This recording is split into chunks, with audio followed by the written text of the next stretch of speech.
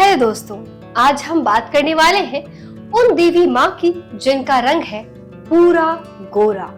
जी हाँ, जिनका वहाँ वृषभ मतलब बैल है, जो सभी देवियों में सबसे कम उम्र की हैं, जो देवताओं की प्रार्थना पर हिमालय की श्रृंखला में शाकंभरी के नाम से प्रकट हुई थी। नवरात्रि में 8वें दिन जिनकी पूजा की जाती है। नवरात्रि स्पेशल अपने इस विशेष सीरीज में हम बात करने वाले हैं ऐसी ही देवी जिनका प्रथमा के साथ अष्टमी का व्रत करने से पूरे 9 दिनों के व्रत का फल मिल जाता है। चलिए अब जानते हैं इस वीडियो में आगे कौन है इस दिन की देवी, क्या है उनसे जुड़ी ये कथा। जुड़े रहिए हमारे साथ, देखते रहिए आंचलिक खबरें। मैं नेहा द्विवेदी आपके साथ। चलिए आज के पावन दिन की शुरुआत भी करते हैं कि कैसा रहेगा ये माँ का कहानी। आइए सबसे पहले जानते हैं माँ दुर्गा के 8वें रूप महागौरी के बारे में। महागौरी की आभा। महागौरी का रूप बहुत ही सुंदर और शांत माना जाता है। उनका रंग बिल्कुल गोरा है, इतना गोरा कि उसकी तुलना शंख, चांद और कुल के फूल से की जाती है। कहा जाता है कि उनकी आयु 8 वर्ष की मानी जाती है, इसलिए उन्हें अष्टवर्षा गौरी कहा जाता है। वे हमेशा सफेद वस्त्र और सफेद आभूषण धारण करती हैं। माँ महागौरी की 4 भुजाएं हैं।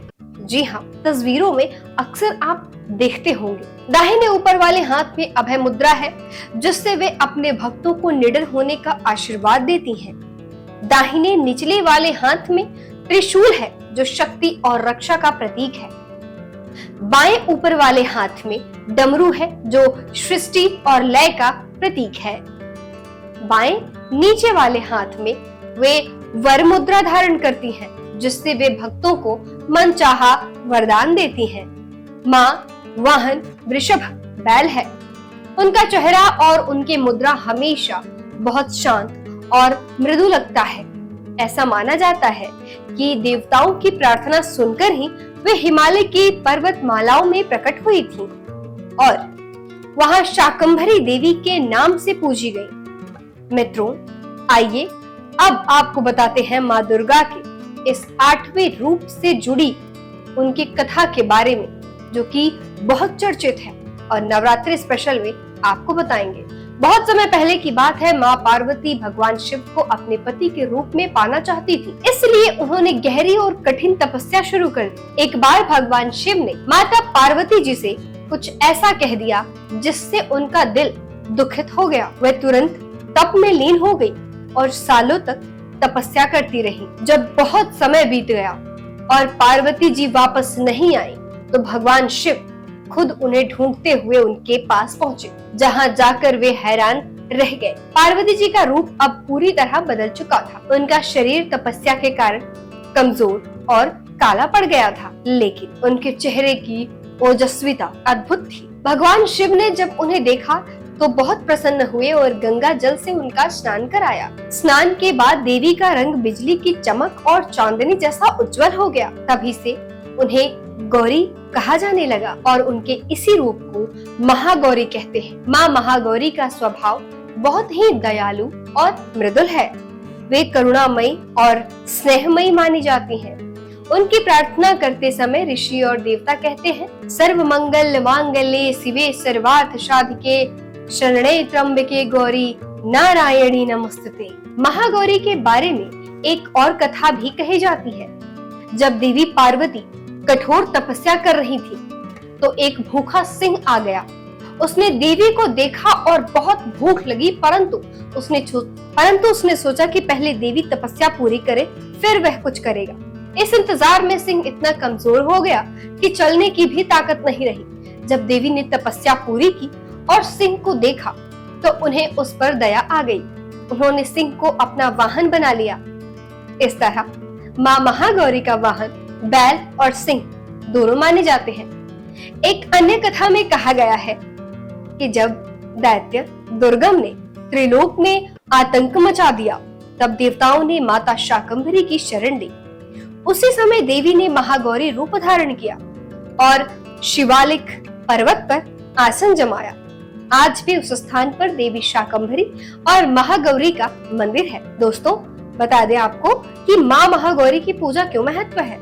दरअसल शिव पुराण में बताया गया है कि माँ महागौरी को जब केवल 8 साल की आयु थी तभी उन्हें अपने पूर्व जन्म की बातें याद आ गई थी। जी हाँ, उसी उम्र से उन्होंने भगवान शिव को अपना पति मान लिया और तपस्या करनी शुरू कर दी। इसी कारण नवरात्रि की अष्टमी तिथि को माँ महागौरी की पूजा का विशेष महत्व है।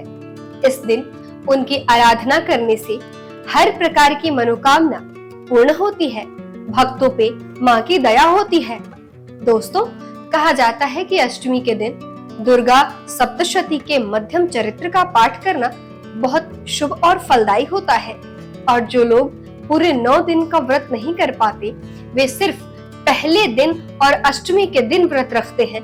ऐसा करने से उन्हें पूरे 9 दिनों के व्रत का फल प्राप्त होता है। पुराणों में माँ महागौरी की महिमा का बहुत वर्णन है। वे मनुष्य की सोच और जीवन को सच्चाई और अच्छाई की ओर ले जाती हैं। सच्चाई और अच्छाई की ओर ले जाती हैं और बुराई का नाश करती हैं। इसलिए हमें हमेशा भक्ति और समर्पण भाव से उनकी शरण में रहना चाहिए। दोस्तों, शास्त्रों में उनकी स्तुति इस प्रकार की गई है। या देवी सर्वभूतेषु माँ गौरी रूपेण संस्थिता, नमस्तस्यै नमस्तस्यै नमस्तस्यै नमो नमः। अर्थात, हे माँ गौरी, आप जो सभी प्राणियों में विद्यमान हैं, आपको बारंबार प्रणाम। कृपया हमें सुख और समृद्धि प्रदान करें। अष्टमी के दिन विशेष रूप से महिलाएं अपने सुहाग की लंबी आयु और सुख शांति के लिए माँ को चुनरी चढ़ाती हैं। पूजा का तरीका वही होता है जैसा पहले सप्तमी तक किया जाता है। माँ की पंचोपचार फूल, दीप, धूप और प्रसाद अर्पित करके देवी महागौरी को प्रसन्न करने के लिए इस दिन साधक को माता की पूजा में सफेद फूल जैसे रात की रानी का पुष्प आदि चढ़ाना चाहिए। इसी प्रकार माता के प्रिय भोग में भी नारियल चढ़ाकर देवी का आशीर्वाद प्राप्त करना चाहिए। मित्रों, ये मान्यता है कि माँ महागौरी को नारियल और नारियल से बना भोग प्रसाद बहुत प्रिय है। यदि आप चाहें तो अष्टमी के दिन माता महागौरी को खीर भी खिला सकते हैं।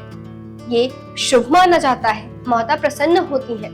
मान्यता है कि जो कोई साधक माँ महागौरी की पूजा सच्चे मन से करता है, उस पर देवी प्रसन्न होकर अपनी कृपा लुटाती रहती है। देवी के साधक को सभी प्रकार की सिद्धि प्राप्त होती है। तो ये थी माँ महागौरी से जुड़ी कथा। माँ के स्वरूप का वर्णन, पूजा विधान और स्तुति मंत्र पर हमारी विशेष नवरात्रि पेशकश ये थी जो हमने आपके सामने पेश की। नवरात्रि के नवमी पर लेकर आएंगे हम नवरात्रि स्पेशल सीरीज के आखिरी एपिसोड और माँ दुर्गा के अंतिम स्वरूप, उनसे जुड़ी कथा और महिमा के बारे में। तब तक के लिए जुड़े रहिए हमारे साथ, देखते रहिए आंचलिक खबरें, अपनों की खबर आप तक। जय माता दी।